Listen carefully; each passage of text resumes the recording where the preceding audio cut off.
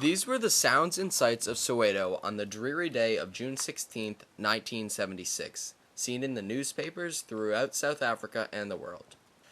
These horrific events were due to the injustices shown to the black population, especially students, in South Africa during the apartheid. The Soweto Rebellion was due to horrible living conditions forced upon the black citizens. For years, the blacks had to live in townships and were often considered not real South Africans. Because of this, the government did not feel responsible to supply these townships with the basic needs. This made it so the townships got little to no funding for hospitals, power, running water, and schools. In the mid-1970s in Soweto, only 25% of people had running water, and only 16% of people had electricity. Not only was funding low for utilities, but the townships were overcrowded and full of the unemployed. By 1979, the poverty rate of the township was 80%. All of these hardships forced upon the blacks in Soweto were pushing them closer and closer to their breaking point. Soon, all they needed was one more law against them to inspire them to start an uprising.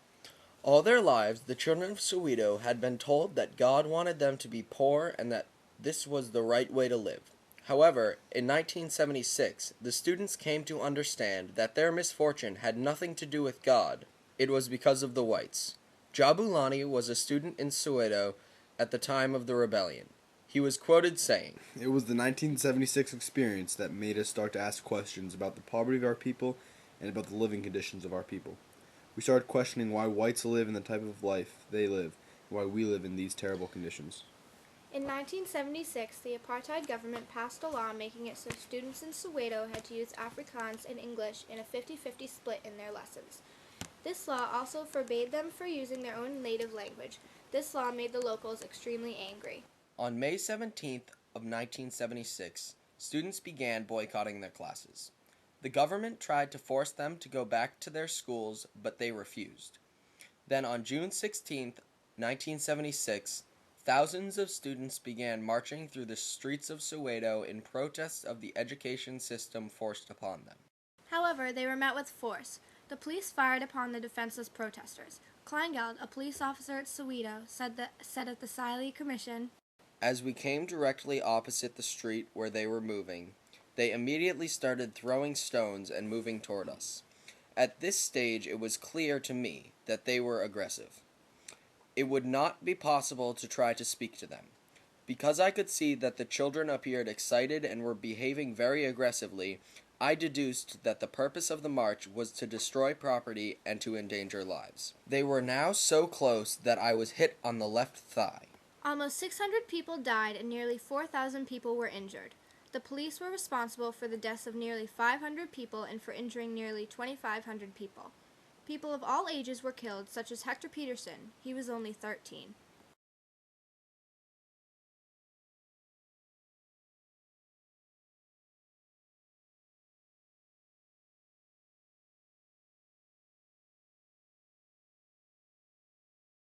After the riots in Soweto first began, James T. Kruger, the Minister of Justice in the Vorster regime, made an argument in Parliament defending the police's actions.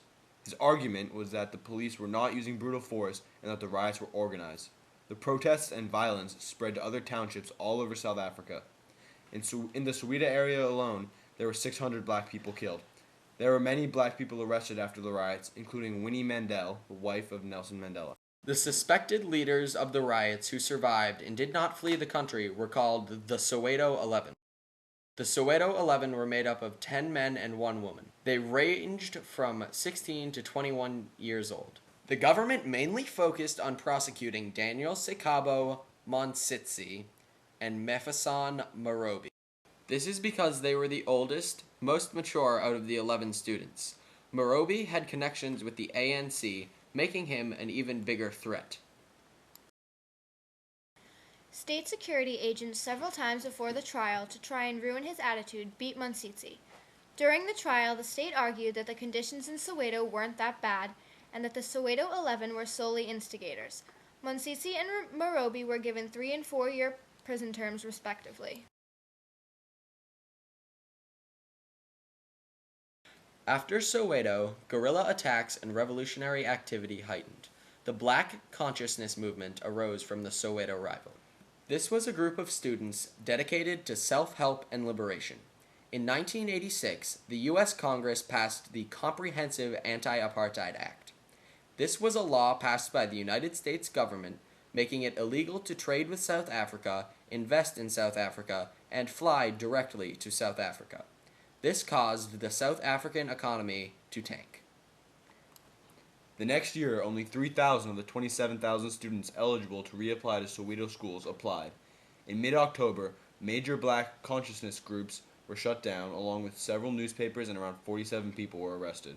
That same year, the United Nations decided that the continuing of acquisition of arms by South Africa was a large threat to peace, and they put an indefinite arms embargo in place.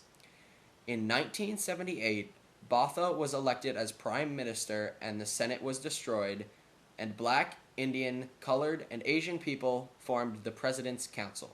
In 1981, the National Party was able to win 131 out of 165 seats in Parliament, winning the general election. More than 50 organizations banded together to campaign against the celebrations of the 20th anniversary of the South African Republic.